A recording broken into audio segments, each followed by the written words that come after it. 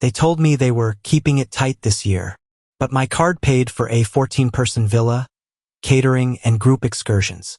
I didn't say a word. I just hit dispute all, locked the travel account, and flagged the card. At the airport, security service held them back. My dad texted, "Our boarding passes are rejected." I replied, "Maybe try tightening the guest list." The next day, my dad's lawyer called me 15 times in a row. They told me they'd be saving money this year. That was their exact phrase. That was the lie they gave me, like it was some small, forgettable detail. 3 weeks later, my credit card got hit with a $4,039 charge from a luxury travel agency. 7 nights in Cancun, 14 guests, group excursions, private chef, paid in full. I didn't call. I didn't scream. I didn't even ask why. I just sat down, opened my laptop, and calmly clicked dispute everything, flagged the card, locked my travel account, and turned off notifications. 15 minutes later, I got a text from my father. "Our boarding passes have been rejected. We're being held up by airport security. What the hell is going on?" I replied, "Maybe try shortening the guest list." And that was it. But if you want to understand how we got here, you have to understand what kind of people they are and what kind of idiot I've been. A month earlier, I got a promotion at work. It wasn't SEAL-level money, but it came with a title bump and a pretty generous raise. I kept it quiet until my cousin Rebecca's birthday party. I only mentioned it when my uncle asked how things were going. By dessert, the whole family knew. And not just knew, they had ideas. My mom pulled me aside and said how proud she was, how I'd really made it. My dad slapped me on the back and asked if I was finally ready to contribute more. I knew where it was heading, so I shut it down. I told them I wouldn't be joining the family vacation this summer. I needed time to recharge, maybe travel alone. My mom smiled and said, "That's okay. We'll be saving money this year anyway." That sentence stuck with me, the tone of it, the weird finality. Turns out they meant they'd be saving their money, not mine. 3 days after the party, I got hit with that $4,000 charge. Then a second one. Meals, villa amenities, a snorkeling turf for 14. I pulled up the itinerary and saw every last detail, dates, names, reservations. Not one thing included me. That's when it clicked. During the party, I'd left my wallet on the kitchen counter while helping clean up. They didn't steal the card. They memorized the number, took photos, waited a few days, then they went on a shopping spree, assuming I wouldn't notice until it was too late. They assumed wrong. I nuked everything from orbit, disputed the charges, locked the account, canceled the bookings, changed my passwords. I even contacted the villa directly and warned them about potential fraud. They were surprisingly helpful considering what happened next was delicious. I guess they were already at the airport when the cancellation hit. I can just imagine them walking up to the desk with sunglasses and straw hats, trying to act like royalty, only to be told their tickets didn't exist anymore. I got my dad's text when they were already being pulled aside by airport security. That's when I sent my reply. "Maybe try shortening the guest list." I turned my phone off and went to bed early that night. Slept like a stone. The next morning, I woke up to 15 missed calls, all from the same number. My father's lawyer. I didn't call back. Not right away. I knew exactly what this was about. See, 3 years ago, my dad had given me his old car after he bought a new one. It wasn't some grand gesture. He was going to trade it in, but figured I could use it more than the dealership would. Now, suddenly, it was being reclassified as a loan. When I finally answered, the lawyer didn't waste time. He said my father was seeking the return of the vehicle, citing lack of familiar reciprocity and a breakdown of trust. I could almost hear my dad dictating it word for word from across the room. I said, fine, they could have the car. I'd leave the keys on the porch because I was done. No more guilt, no more manipulation, no more pretending. But this wasn't the end. They thought they'd won something that day. They had no idea the real vacation was just beginning. I dropped the car off that evening. Didn't even wait for anyone to come out of the house. Just parked it at the curb, locked the doors, left the keys in the mailbox, and walked away. I didn't owe them explanations, and honestly, I didn't care if they thought they'd gotten even. 2 days later, I got a message from my sister. Courtney. Seriously? You're giving away the car just to be dramatic? Grow up. I didn't reply. She was one of the names on the guest list right there in the travel itinerary between Rebecca Doubleroom and Uncle Jeff Oceanview. She knew exactly what they were doing. The funny thing is I almost respected the move. It was bold, brazen. It just wasn't smart. They assumed I'd be too passive, too soft, too eager to keep the peace. What they didn't count on was me finally getting tired. I kept waiting for things to escalate. And sure enough, they did, but not the way I expected. 2 weeks after the vacation that never happened, I got a call from a friend of mine who works at a local credit union. He told me very casually that my father had just tried to take out a personal loan. Apparently, his business, which I use the term loosely for, had taken a hit. The loan was denied because his credit had dipped under 600.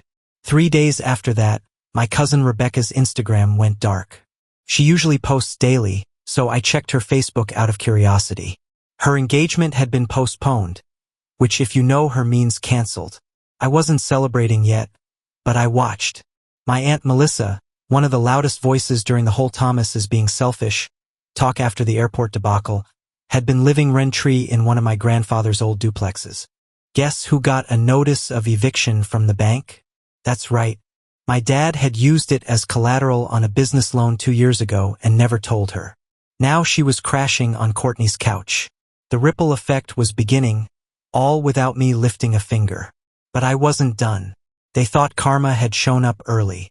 What they didn't know was that I'd been planning something much more precise. Because if they were going to treat me like an outsider, I was going to show them what it really meant to be cut off. And the first move was already in play. Remember that car they wanted so badly? The one they reclaimed from me with legal backup? It was uninsured and it was about to cost them way more than they bargained for. A week after I gave them the car, I got an email from the DMV. Started out normal. Generic header, no urgency. But the second I opened it, I felt it coming. A traffic violation. 30 miles over the speed limit. Residential zone. Automatic camera. The photo attached was grainy, but there was no mistaking it. My dad behind the wheel. Same gray hoodie he always wears, face dead center. It was addressed to me, of course, because they never changed the title. The registration was still in my name. I checked the date. 3 days after I left the car in their driveway, I went back through my emails and found the cancellation notice from my insurance company. I'd pulled the policy the same night I dropped the keys off. I'd wanted it to be clean, done, but now it was something better. Leverage. I contacted the DMV, filed a statement of non-ownership with all the backup, the lawyer's email, the texts, the timeline. I even attached the Facebook messages from Courtney mocking me for giving the car away. Within 48 hours, the ticket was reassigned.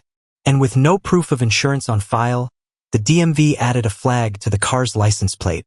I didn't even have to make a call. It was now marked for impound if seen on the road.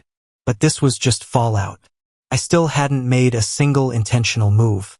Yet 3 nights later, my mother broke the silence. Not with a call, not even a private message. A comment on a beach photo I posted, the first I'd uploaded since this all started. Just a quiet, simple picture of the ocean. She wrote, "I hope you're enjoying yourself while your family's falling apart." Like it was supposed to make me feel guilty. But I didn't feel guilty. I felt nothing. My dad made his move next. Not a phone call. He never does anything directly when he thinks he can manipulate a situation quietly. A friend of mine from work, Josh, texted me with a screenshot. Someone had messaged him on LinkedIn pretending to be a recruiter, asking questions about me, trying to dig. It didn't take much to connect the dots, the grammar, the phrasing, the dumb email handle. It was him. He was trying to poison the well. Subtle, desperate. Josh replied, pretending not to notice. Played along. Then CC me in a reply that ended with, "This kind of behavior is exactly why I never mix family and business." They were flailing. And that's when I finally decided to start. I'd been keeping a list for years. Not just of wrongs. Those were easy to remember, but of leverage. Quiet things, little things, details they gave me, thinking I'd never use them. And sitting near the top of that list was Uncle Jeff. 3 years ago, he called me in a panic. His wife had left him for a guy she met online, and she'd done it right after draining their joint account. He had a DUI pending, a credit card maxed out, and an old gambling debt he'd hidden from everyone. He didn't want anyone to know. He asked me for $2,000 to cover his rent and told me he'd pay me back within 3 months. He never did. What he didn't know was that I kept everything. The Venmo receipts, the texts where he promised to pay me back by June. The email thread where he accidentally admitted the money wasn't for rent. It was to pay off someone named Lenny before they showed up at his job. I found Lenny, by the way. He runs a shady pawn shop 2 towns over. Still in business. So I made a phone call. Not to Lenny, not to Jeff, to his HR department, an anonymous call, just a voice telling them they should run a background check again. Something about a DUI that might not have shown up the first time. Something about a false address on his job application. By the end of the week, Uncle Jeff was on administrative leave. My mom posted a cryptic Bible verse that night. Do not be deceived. God is not mocked. For whatever one sows, that will he also reap. For once, I agreed with her. And I was just getting started. The next crack came from Courtney. She'd been riding high ever since she convinced our dad to co-sign her lease last year. Luxury apartment, downtown skyline view, infinity pool, and a rent way above what she could actually afford. She worked part-time at a boutique salon and supplemented the rest with influencer work, which mostly meant posting curated pictures of coffee and pretending to be sponsored. I knew she was barely holding it together. I also knew our dad had used his credit to push the lease through despite already juggling debt from one of his failing ventures. So I checked something. There it was. A court filing, notice of civil litigation. Passed to rent 3 months. The apartment management company had filed against both her and my dad. That's when I made another call. Not to the building, not to Courtney, to the collections agency that had flagged my credit 2 years ago when she missed a payment on a phone plan I once co-signed back in college. I had screenshots from that fiasco too. I sent them an anonymous tip that Courtney might be hiding income through cash apps and gifts from digital sponsorships despite claiming no income on her debt relief application. All public, all verifiable. I even attached a few screenshots of her bragging about getting free money from brands. She got served a week later. The notice came while she was live on Instagram doing a Q&A. I saw it because someone screen recorded it and sent it to me. The moment her face dropped, mid-lipped gloss as a man off camera handed her a manila envelope. She didn't finish the live. The next day, my father texted me not to apologize, not to ask how I was doing. He just sent 3 words. This is war. I didn't reply, but I did make sure he'd get a call from a local reporter I used to know. She owed me a favor from back when I helped her get a lead on a tax fraud case years ago. I gave her a tip. Look into local small business grants issued to people who never delivered what they promised. Guess whose name came up? My father's consulting firm had taken a $12,000 relief check during the pandemic to digitally expand his business. No website, no online presence, no taxes filed for the year, nothing. The article dropped 2 days later, short but sharp. His name was right there. It didn't say guilty, but it didn't need to. The comments under the post were brutal. And then the call stopped. No more lawyer. No more missed calls. No more text messages pretending I'd misunderstood what family meant. But I wasn't satisfied. Not yet. Because they still thought this was about a canceled vacation, a car, a few thousand. They didn't understand that they'd stolen something else entirely. They took peace, trust, time, and now they'd get all of it back piece by piece, but not the way they wanted. The silence held for 6 days. No texts, no calls, no snide public posts. The quiet was eerie, but I knew them. They weren't defeated. They were regrouping, waiting for something they could twist into another reason to make me the villain. Then something unexpected happened. I got a letter in the mail. Real paper. No return address, but the handwriting was familiar. Inside was a single sheet. I didn't know what they did until after. I'm sorry. I'm not like them. No signature, but I knew the handwriting. My cousin Leah, she was always the quiet one. Kept to herself, never jumped in when the family ganged up on someone. I hadn't thought about her during all this. She hadn't been on the trip list, and she rarely showed up to the bigger family events. I considered reaching out, but I didn't. Not yet. Because 3 hours after I got that letter, I got a call from my dad's lawyer again. I let it go to voicemail. Same number, same robotic tone, but this time the message was different. Thomas, we've received notice of an inheritance transfer pending your signature. It seems your grandfather left you the duplex. My grandfather had passed away a year earlier. Everyone assumed the duplex would go to Aunt Melissa. She'd been living in it for years, rent-free, as a sort of unspoken deal. But apparently, she never checked the updated will. He changed it 6 months before he died. Quietly left the duplex to me because I was the only one in the family who ever helped him with his hospital visits who showed up without asking for something. I called the lawyer back, confirmed it, got the documents. Melissa had no idea. 2 days later, I posted a listing. 2-bedroom duplex, newly inherited, available for rental. Priority given to quiet tenants. Melissa found out the next morning. Courtney sent me a voice message screeching. She accused me of trying to make their mother homeless. I didn't reply. Melissa had never paid rent in that place. She trashed it, painted over original hardwood, and left garbage in the backyard like she didn't think anyone would ever hold her accountable. And now she was being held accountable. But the biggest twist was still coming. 3 days after the listing went live, I got an email from a guy named Brian Keller.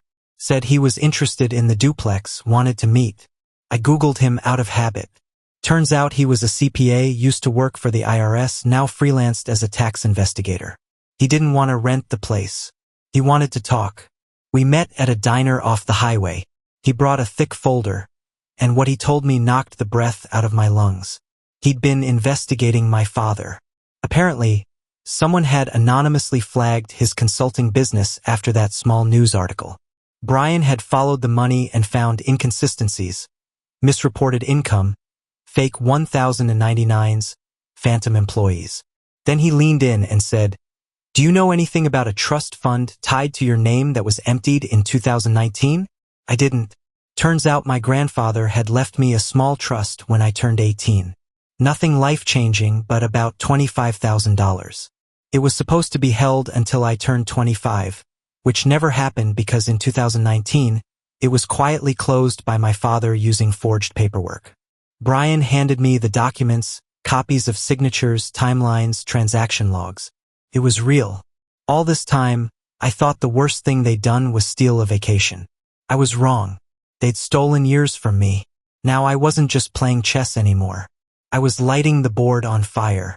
I left the diner in silence, the folder still sitting on the passenger seat like a loaded weapon. I drove without music. No podcasts, just the sound of my own breathing and tires over asphalt. Every few minutes I glanced at the folder, half expecting it to burst into flames. Brian had laid it out clearly. In 2019, my father had accessed the trust fund left by my grandfather. $25,000 meant for me.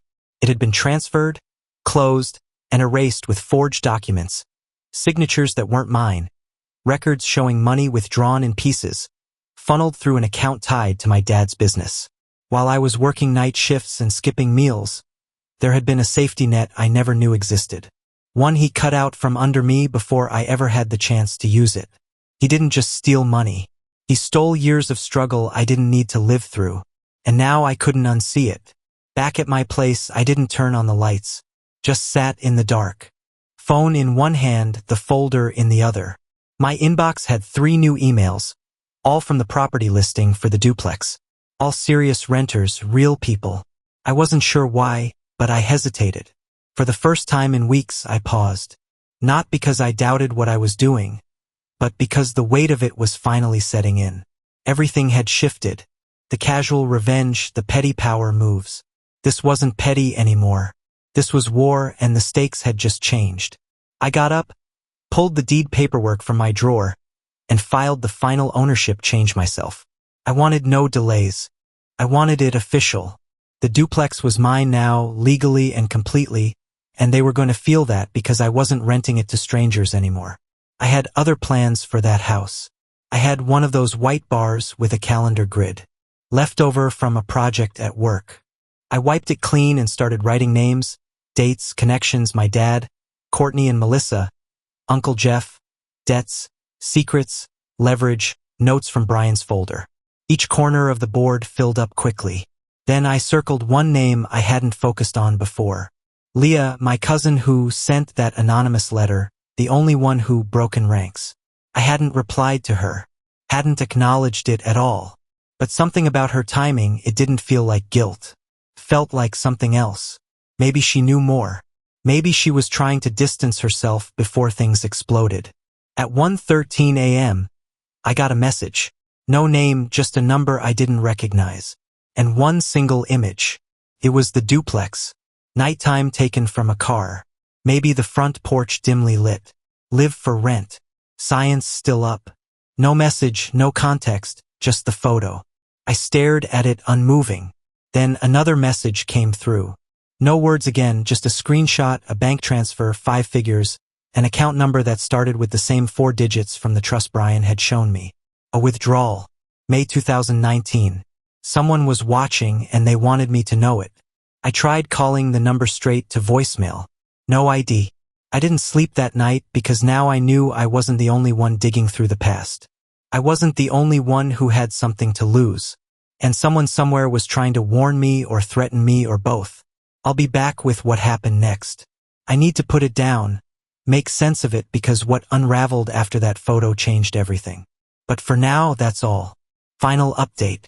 It's been 4 months since that last message. The one with the photo of the duplex and the screenshot of the 2019 bank transfer.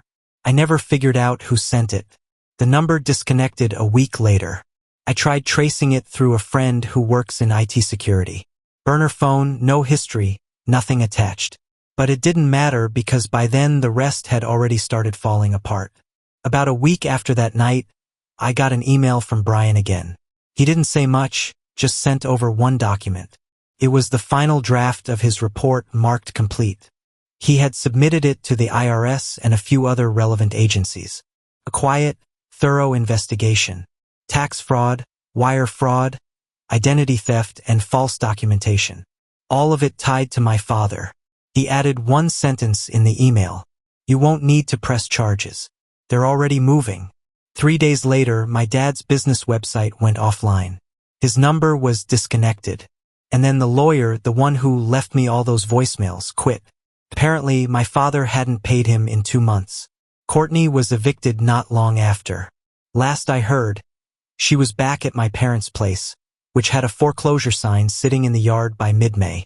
Aunt Melissa messaged me once. Not to scream or threaten, just the quiet. I didn't know it would go this far. I didn't reply. And Uncle Jeff, he lost his job officially. Policy violation was the public term, but it wasn't hard to piece together what happened. I never rented the duplex. I decided not to. Instead, I cleaned it out, had the locks changed, painted every room, and kept it empty.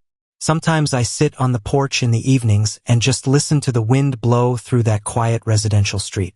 Peace has a sound, and this is what it sounds like. As for the trust fund, Brian confirmed the IRS will be pursuing repayment. I'll probably never see the full $25,000 again. But that's fine. It's not about the money anymore. It hasn't been for a while. The truth is, I didn't destroy them. They did it to themselves. I just stopped shielding them from the consequences. And Leah, she wrote again. This time she signed it. Told me she'd left the family group chat, cut off contact, started therapy. Said watching what happened made her realize how deep the dysfunction ran. She ended her letter with, "You were the only one who walked away and didn't come back. I'm trying to do that now, too."